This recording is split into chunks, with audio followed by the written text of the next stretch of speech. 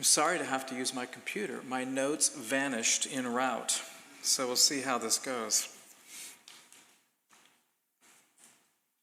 One of you may have them, so it will be really easy for you to follow along. So we made it through the rains. And it's in situations like that we recall other kind of natural or dangerous events. Sometimes on our screens we see rescue teams out. And two things often happen in a rescue. Two kinds of restoration or healings. One is simply to immediately treat the person's body and whatever injury they've received. That kind of restoration. And then another is to restore them to their families. Two kinds of healing, two kinds of restoration. One from something and one for something. Some of us today, I know, here, just in a crowd like this, are suffering today. And I'm so sorry. You are painfully aware of what you need to be healed from. Others of us may be less aware of any suffering like that. But we too, if we are honest, might need a healing. Not necessarily a healing just from something, but a healing for something. Like that person who may get washed away in a flood, we need to be healed for restoration and reconciliation and a reuniting that is relational. We are invited always and ever to come to the Father for just this kind of work. This kind of reuniting with him. As Jim Fadling spoke of last week, we saw Jesus withdrawing, even in the midst of busyness, to be with the Father all evening. So important was the quality of that relationship to him. What's striking about the beginning of Jesus' ministry that we've been looking at in Epiphany and Mark is how many healings and how much deliverance he brings as he emerges into public life. And if we're to walk with Jesus in Epiphany and on into Lent shortly, I want us to ask, as Lisa said before, in what ways do we need Jesus' healing? What kind of healing do we need? And how do we cooperate with our own healing? How do we cooperate with our own healing?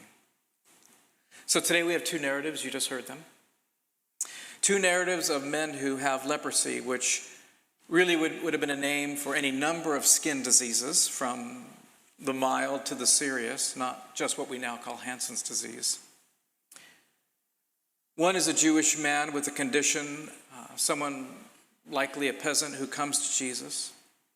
And then we read in Kings, Dana read for us in Kings, another man with a skin condition, a non-Jewish man, a Syrian, a commander, a great man, the text says, who ultimately finds his way to the prophet Elisha for healing.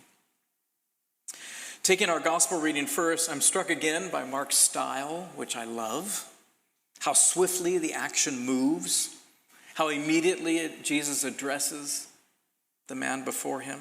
You can hear it in verses 40 to 42. I'll read it again. A man with leprosy came to him and begged him on his knees, "If you are willing, you can make me clean." Then Jesus, moved with compassion, reached out his hand and touched the man. "I am willing," he said. "Be clean." Immediately, and by the way, that's Mark's favorite word, immediately the leprosy left him and he was cleansed. Several things to observe here in this very swiftly narrated passage. One is, of course, the man's boldness, probably born of desperation. Truly, he was suffering greatly. He'd literally been driven to his knees before Jesus. Both his condition and his great suffering made his cooperation in his own healing very uncomplicated. His need was impossible to hide from others or even from himself. And he begs Jesus. That's the word in some translations. He begs Jesus to make him clean. And this is what physical suffering is like, isn't it? It craves release. It hunts for hope. Jesus' response is just as uncomplicated as the man's request. No one is saying, hey, give the teacher some room. You can't just walk up here. No, there's no prerequisites. There's no forms to fill out. Jesus doesn't ask, well, are you a Jew in good standing in the synagogue? Because he's not. He's unclean. The man has asked, are you willing? And Jesus says simply, I am willing. And he reaches out and touches the man. In last week's passage, we saw Jesus reach out and take the hand of Simon's mother-in-law who had a fever and healing her. Other places, Jesus doesn't touch people to heal them. He didn't have to touch this man. He often heals others from a distance. But this is a man whom no one has touched in years. And Jesus touches him. And ironically, in touching him, while making the man clean, Jesus makes himself unclean in the eyes of Jewish law. We have a lot of questions, don't we, about healing.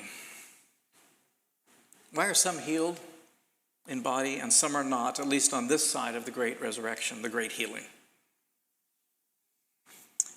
But there is no question that when faced with human suffering, the scriptures attest that the Lord has compassion on us in every case. As you heard the psalm read, 103, as a father has compassion on his children, so the Lord has compassion on those who fear him, for he knows how we are formed. He remembers that we are but dust. I don't know what your view of healing prayer is. Perhaps you are uncertain or ambivalent or reluctant, maybe suspicious. Maybe you sense that those who carry out such ministries sometimes stretch the truth claims a little bit, or raise false hopes, or indeed appear to be on some kind of power trip. And these are surely temptations for those engaged in healing ministries. And so even for those who pray for the healing of others, they must be reminded that always at the center needs to be the compassion of Jesus. Like Jesus, we too must allow ourselves always and ever to confront human suffering with compassion. No drama, no gimmicks, no prerequisites, just compassion and prayer. That will always be Holy Trinity's approach, by the way, to healing prayer, in case you're wondering. Compassion that seeks to minister the Lord's compassion to others. So how do we, though, who are suffering, cooperate in our own healing in a church context? Well, it can be very uncomplicated. We present ourselves to receive this compassion from others who are moved by compassion to help and pray that we would be healed from that which we suffer. While the providence of God is mysterious in these cases, the invitation is not. It is clear. We can present ourselves directly to Jesus as the man with leprosy does. But remember I said at the beginning that healing is not, in the kingdom of God, is not just a healing from, but also a healing for. And in some translations of this gospel passage, rather than saying Jesus was moved by compassion, they say Jesus was indignant. If you read the NIV, it says Jesus was indignant. What could it be that Jesus was upset about? is it possible to feel both compassion and anger? I do think both of these were going on in Jesus. But what was he likely to be angry about?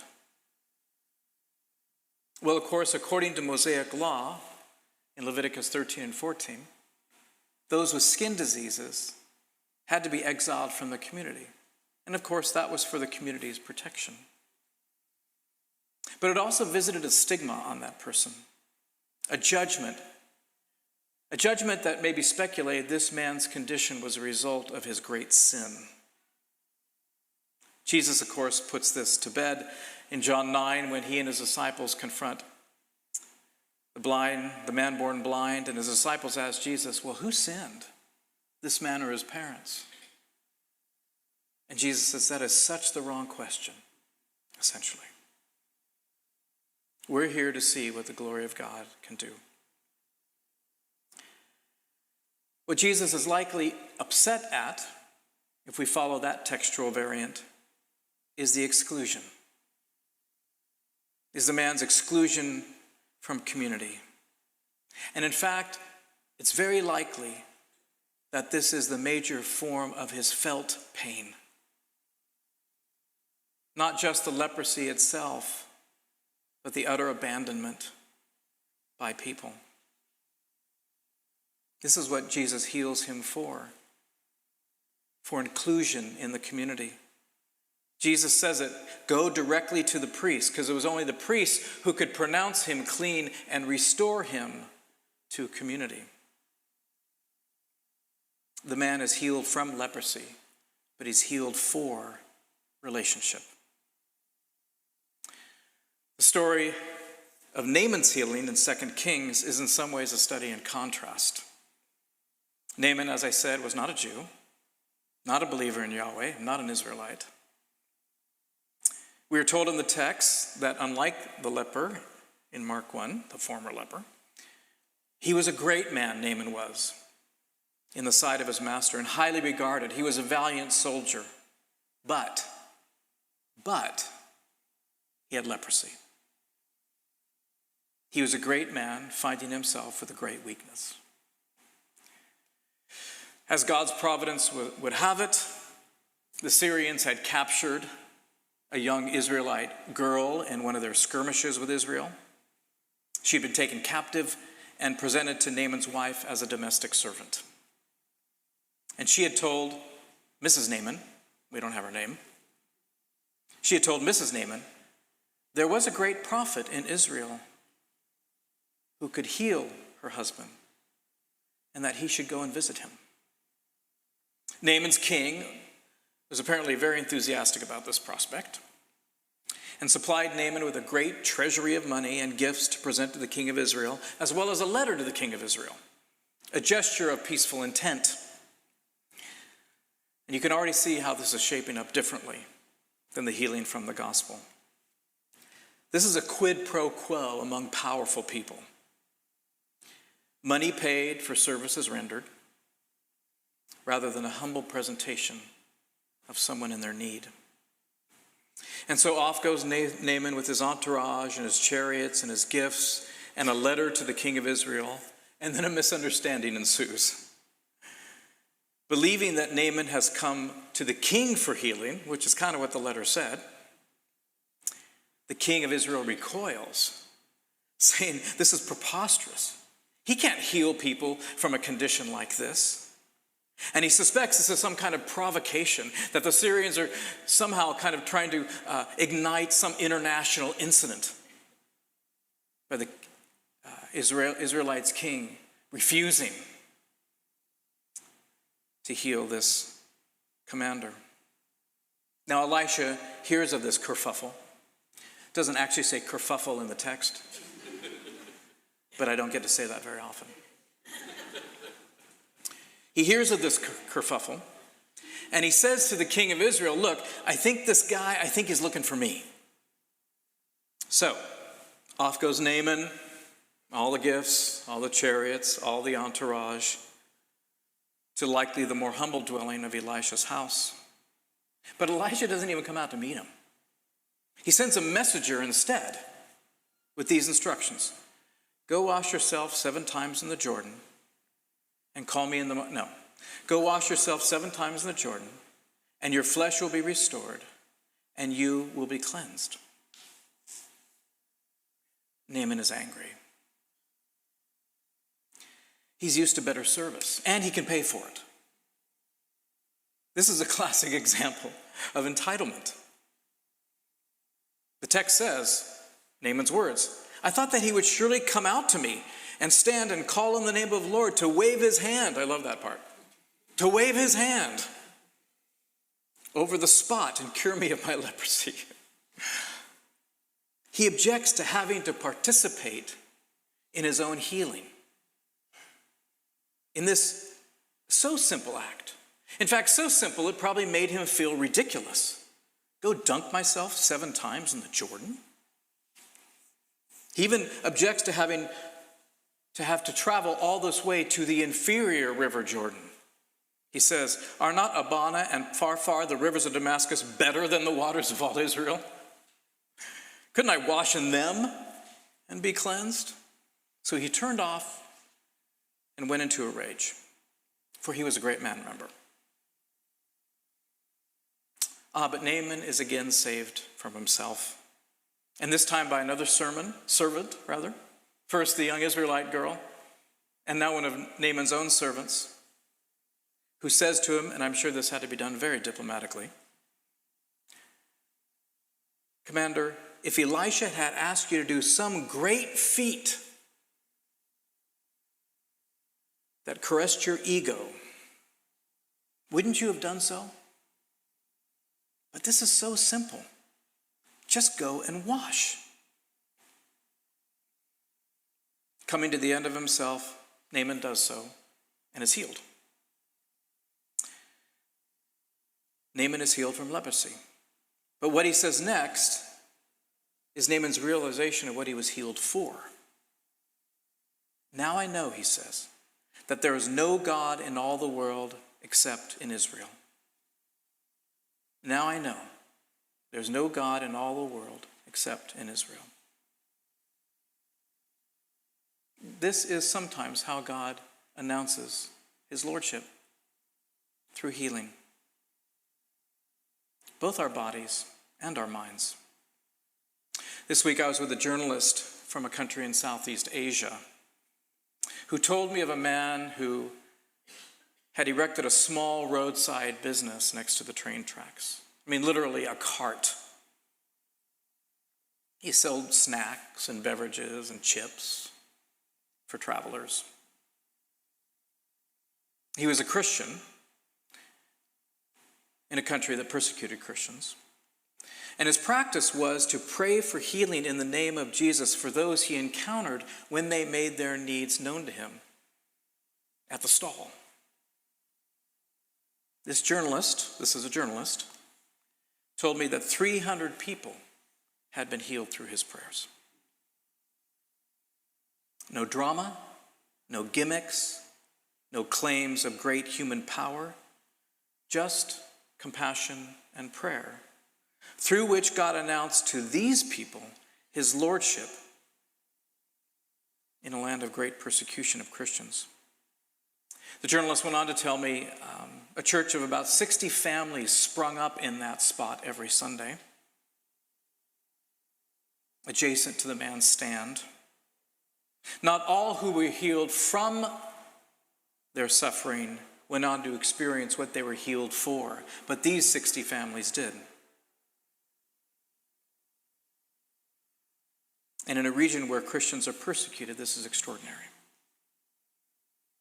By the way, this man's stand and his church would be subsequently burned to the ground by anti-Christian mobs. And we trust that Jesus had compassion on all of them and is not done with their healing. So what do we learn about Jesus? These epiphanies of Jesus in the season of Epiphany.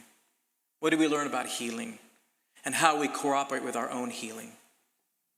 Oh, of course, there are many things to say, and there are many mysteries. But we learn this, that Jesus has compassion on us. Both those who would say they believe and those who do not. Jesus has compassion on them, and he's willing to heal them, those who believe in him and those who do not. We learn that in great suffering, we can come right to him. No prerequisites, no questions, except perhaps, what do you want me to do for you? Like he asked Bartimaeus. Or do you want to be healed? But we also learn that Jesus' compassion has ultimately in view what we would call healing for communion. Healing unto commune with God and others. Some of us here know what it is we need to be healed from because our pain or fear is great. Jesus calls you to himself today. There are others of us whose suffering is not exactly like that. We may not be able to identify some physical suffering or even mental from which we need healing. But if we're honest, we sense that we do need some healing. Some healing unto communion. That we somehow still live on the outside of relationships. We still lean back. We still withdraw. Perhaps even a particular relationship. The underlying cause may be some great invisible wounding in our early relationships. It could be because of some shame or fear that prevents us from the relationship for which Jesus wants to heal us. It may be some anger that often arises from wounding or shame or disappointment, not only with others, but with God, that we need to be healed from. We may not know the reason why we live on the outside of communion, on the outside of relationships. We just know that's where we are, even outside our relationship with God. Lent begins Wednesday night, Ash Wednesday. And this upcoming Lent may be a time in which you are invited to identify and cooperate with your own healing. The ashes that will be imposed on your forehead Wednesday night may be your acknowledgement that you would like to die to whatever has prevented you from cooperating with your own healing. So as you come at Lent throughout the next 40 days, know, as we say each week, that Jesus today receives you right where you are, that he has compassion on you, and bids you come to him to present yourself for healing, both from suffering and for communion, for wholeness, which is what is called shalom.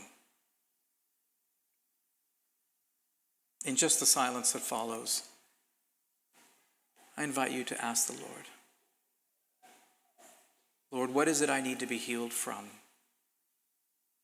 Or what is it I need to be healed for?